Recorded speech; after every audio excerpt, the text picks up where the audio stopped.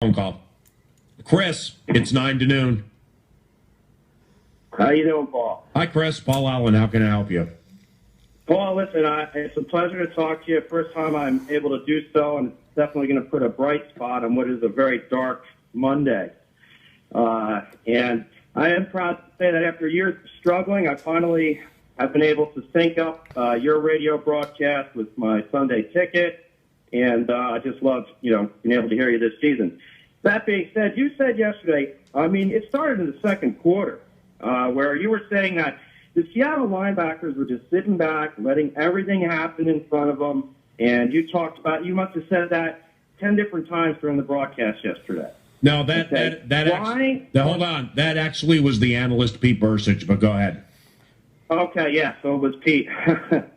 But and they know that Seattle knew, I guess, that Teddy just can't throw downfield. I haven't liked his accuracy since, day one. He seemed to kind of rectify that towards the end of last year when he started to connect with Charles Johnson and Jerry Rice throwing downfield a little more accurately. Mm-hmm. Yeah. But this year I haven't seen him connect on one deep ball. We have great deep threats in Mike Wallace, Jerry Rice, Stephen Diggs, fast receivers. Wallace has a history of being able to, go downfield, complete passes, long 40-yard passes, downfield. And Teddy has the arm for it. He doesn't have Cam Newton's arm, but he can complete long passes, Paul. But he missed his pass yesterday to Stephen Diggs, right? Wide open down the left side. Yeah.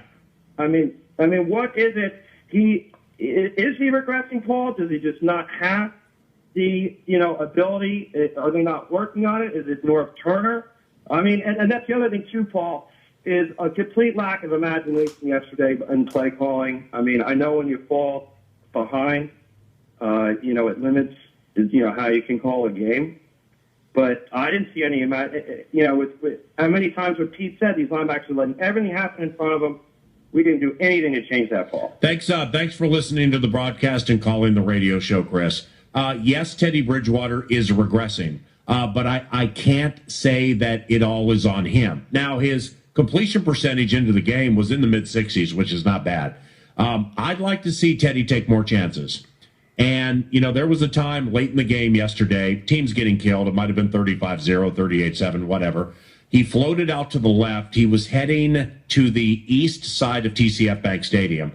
And he looked down the field, he cocked his arm, and he did not unfurl the deep pass. Instead, he dumped short. Might have been incomplete, might have been a shorty, who cares? But at that stage of the game, getting killed the way you are, if you chuck it downfield and you take a chance to try to thread the needle or let somebody go up and get a 50-50 ball and it's picked, who cares? Seriously, who cares? He's not taking enough chances for my liking. And that doesn't mean that I want him to be reckless, specifically in close games, but I'd like to see Teddy take more chances. Is that a product of him making those choices, or is it the offensive coordinator or the quarterback's coach saying, "Hey, man, we want to continue to develop that part of your game. I would rather you do this." I don't know, but the reason I gave the example I gave is because the game was out of hand. There's absolutely no way you can win. So if you throw a 50-50 ball to Mike Wallace or Stephon Diggs and Earl Thomas ends up running over to protect Deshaun Shedd and it gets picked off, it gets picked off.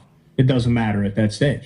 Float that thing up there and let somebody stop, jump up, execute a 42-inch vertical and try to bring something in. And he didn't take that chance. And I was thinking about it a lot after the game because I'd like to see Teddy take more chances. So, yes, of course, Teddy Bridgewater has regressed off last year.